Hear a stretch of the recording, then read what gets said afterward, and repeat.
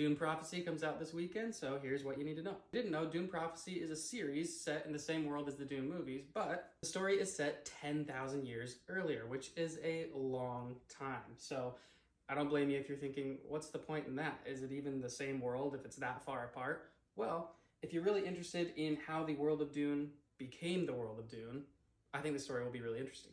Remember these ladies from the Dune movies: Arulin, Lady Margot Fenring, Lady Jessica, and the Reverend Mother. Now, what do all these women have in common? Well, they're members of the organization called the Bene Gesserit. Now, just as a reminder, in the world of Dune, the Bene Gesserit are an organization of women that have trained their physical and mental abilities to be so advanced that some people refer to them as witches. Now, of course, there's no magic in the world of Dune, so it's all scientific, biological, but it's so powerful that it can seem like magic. Probably the best example of one of these abilities that they have is called the voice, and that's when they're able to pitch the tone of their voice in such a way that it'll hypnotize somebody to essentially do whatever they command. By the time of the Dune movies, the Bene Gesserit are well known for their abilities, so they serve different imperial houses as advisors and truth-sayers, because with their abilities they're able to tell if people are telling the truth or not. So is this from the show or is this from the movie? No, this still is actually from the show. It was the only one I could find that clearly showed, like a Bene Gesserit serving a royal person. But if you remember in Dune 2 when the Reverend Mother was essentially serving the Emperor, standing by his side. But the roles are much bigger than that, because behind closed doors, they're also trying to make power plays to control like the fate of the universe. And the biggest way they do that is through their breeding program, which is where they try to mate people up from different powerful houses to create even more powerful people that they would then be able to control. Now you might be wondering, how would an organization like the Bene Gesserit even come to be? Well, most of the world of Dune could be tracked back to one event, and in the books it's called the Butlerian Jihad, or the Great Revolt.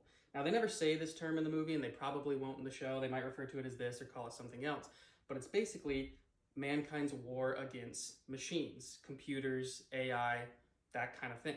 You might have noticed in the Dune movies, there's not really any advanced robots, definitely no AI, and that's because of this war with the thinking machines, which lasted about 100 years. And mankind decided to eradicate all robots. So much so that a commandment was even added to one of the most popular religious texts in the world of Dune, and it said, "Thou shalt not make a machine in the likeness of a human mind." So because of this, to continue advancing and progressing, humans had to evolve to replace computers. That's why we see all these different factions. It's basically different ways humans have evolved in this world that expands into space. The best example of this is probably the mentats. Now again, this is a word that I don't think ever shows up in the Dune movies, but these characters, if you remember them, Thufir Hawat and Peter, I'm not gonna say their names. Remember these characters in the first Dune movie, they are mentats. So basically what that is it's a human computer. They've evolved over, thousands of years to basically calculate as fast as a computer would.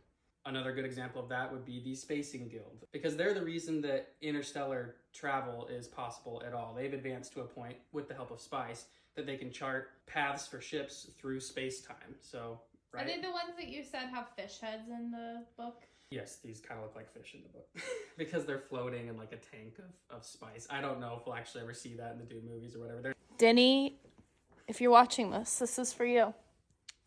I want the fish. What's kind of crazy is the very first book that Frank Herbert wrote, Dune, just threw you into this world where all that existed and didn't really explain any of it.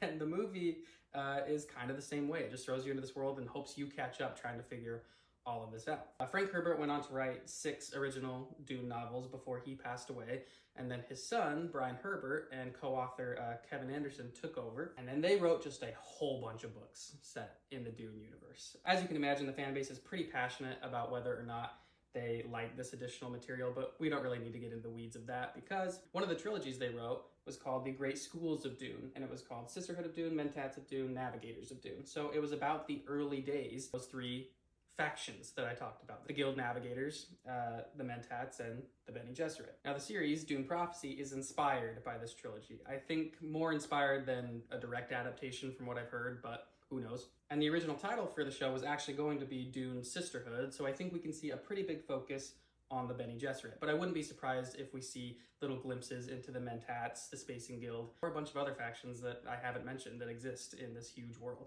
So since it's set 10,000 years earlier, we're not going to be seeing any of the main characters from Dune, but I guarantee we will be seeing their ancestors. The early days of House Atreides, House Harkonnen, and House Carino, which is what the Emperor is from. So is Christopher Walken's family on the throne, like the Imperial throne, during this TV show, like they are now, or has it been like a Game of Thrones situation where it's been power has shifted through different families? That's a fantastic question, and I actually don't know the answer. I haven't done a ton of research on the exact plot of where Dune Prophecy occurs because I don't want to know every last little thing. I want to enjoy the plot as much as anyone else. But I wouldn't be surprised if that is a thing because that would be a lot of fun to see how Carino rises to power, how the Harkonnen, Atreides, and possibly other families deal with that. What do you think is going to happen based off of the trailers that you've seen? So I mentioned that Great Revolt, the Butlerian Jihad, the world we're set in. I really think this series is going to be set in maybe not the direct aftermath, but within a few hundred years after that conflict. So I think we'll see a lot of discussion about how the world's evolving without AI, without robots, especially because that's such a prevalent topic in our current age. We're going to see a lot of how the Bene Gesserit kind of the inner workings of their plot, because we only get glimpses of that in the movies, right? I think we're going to be seeing a lot of their goals and how they operate.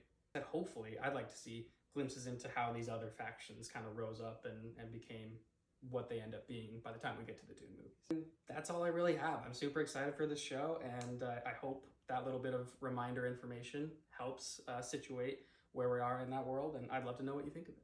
I'm all prepped for Dune now. Thanks, Kaden. Fear's the mind killer.